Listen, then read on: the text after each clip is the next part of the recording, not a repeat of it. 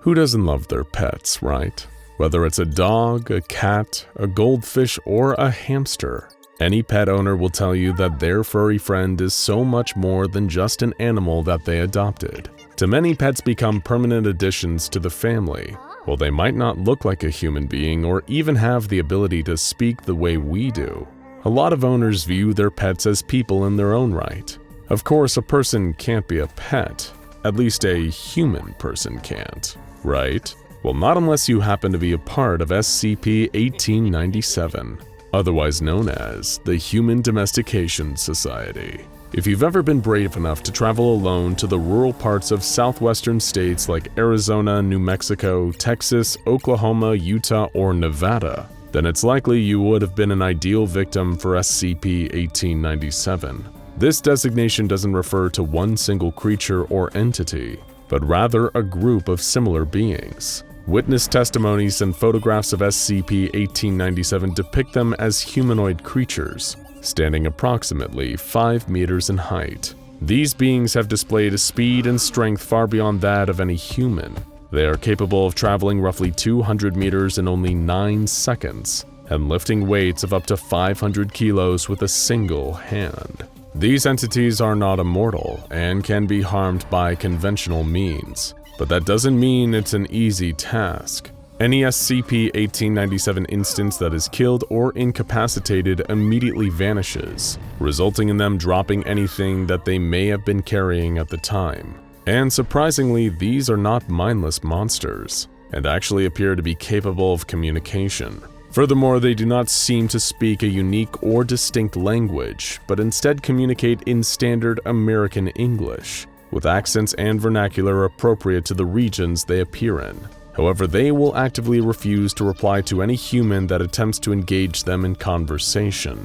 Now, these creatures don't spend every waking hour of the day roaming around the states of Texas, Oklahoma, and all the others we listed. If they did, it's likely a lot more civilians would have spotted them by now, and would probably live their lives in fear of these gigantic 5-meter-tall humanoids. But instances of SCP-1897 will only manifest if certain specific criteria are met, and these are as follows. To encounter SCP-1897, a person must be alone or part of a group of no more than 2. If more than one person is with them, then no manifestation will occur. There is one exception to the rule: if a child under the age of 12 is present. Secondly, neither the person nor anyone with them can be carrying any kind of weapon. That means no knives, no guns, not even pepper spray. Third and finally, they must be at least 25 meters from a major population center. And what happens when all of these conditions are met and one of these creatures appears? Anyone witnessing their arrival will notice the creatures materializing, appearing to emerge from some form of unseen vehicle.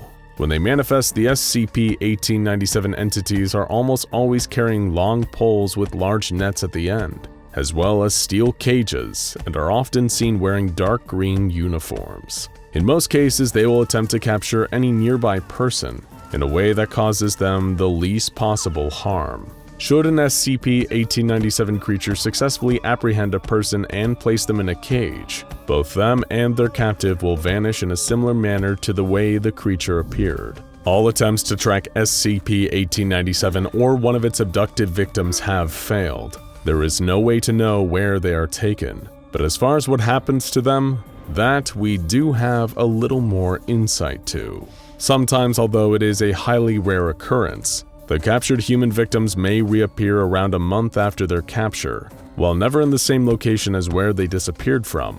They will always be accompanied by an SCP-1897 instance and will stay close by the creature's side. At this point, the abductee is barely human anymore. They are considered an instance of what is known as SCP-1897-1. What signifies this sudden and drastic transformation? For one, these victims are always found to have been forcibly castrated or sterilized, essentially no longer able to reproduce the way humans naturally do. For another, these instances of SCP-1897-1 universally display a decreased level of cognitive and mental function. What we mean is that their brains do not function the way they should anymore. Instead, these abductees exhibit the same level of intelligence and capability as the average Canis lupus familiaris, otherwise known as the common domestic dog. Should someone attempt to rescue a person that has become an instance of SCP-1897-1, or display hostility towards the SCP-1897 creature that accompanies them, they will be met with outward animalistic aggression from the victim. It has been discovered by the SCP Foundation that these behaviors can be treated with amnestics. Unfortunately, though, the process of an abducted person becoming an SCP-1897-1 instance seems to be the result of an invasive medical procedure known as a lobotomy. This typically involves removing or disabling certain parts of the human brain, meaning that what has been done to these victims is permanent and cannot be reversed. So who is doing all of this? Why are these creatures collecting innocent human beings only to reduce them to little more than animals? The answers lie in something currently referred to as SCP-1897-2. Not another creature or entity, not an anomalous artifact or location with strange properties, but a website found at the address www.hdsociety.gov. According to the information on this site, it belongs to a group calling themselves the Human Domestication Society. The website features pages such as adoption, training, breeding programs, volunteering, and more. The fact that this is the kind of website you might expect to be about dogs or cats but instead focuses on the domestication of humans is certainly enough to turn the stomach. As we said at the start of the video, surely a human being can't be somebody's pet, right? Wrong. At least as far as the Human Domestication Society goes. Their website contains everything and anything one of these SCP-1897 creatures could ever hope to learn about owning a human as a pet. Has your human been misbehaving? Need to train them to use the toilet? These pages have all the information you need to help your human become the most well-trained human on your block. Boast the training page of www.hdsociety.gov. The remainder of the page contains links to various articles such as obedience training, which claims an owner of a human can show them who's boss without the need for physical violence. Also featured are mentions of how to toilet train or play fetch with a human, how to introduce a human to others due to them naturally not getting along. Perhaps most chilling of all is one article titled Understanding What Your Human Wants, that warns human beings shouldn't talk.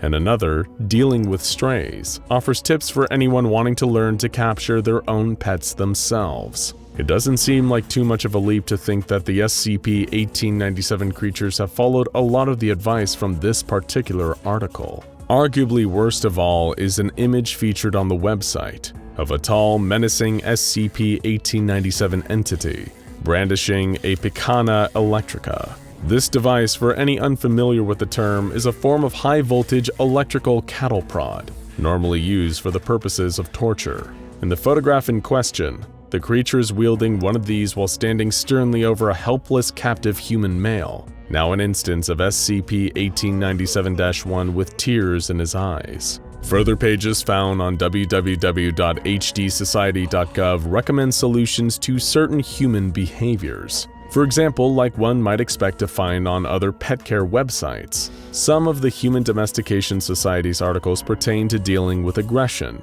grooming, house training, and even toilet training. Then there's the adoption page, which states, "We offer a large variety of humans for adoption every single day. While we cannot guarantee a human you see listed on our website will be available when you reach the shelter, our inventory is updated every half hour. We cannot answer any questions about specific humans pictured on our website over the phone or email."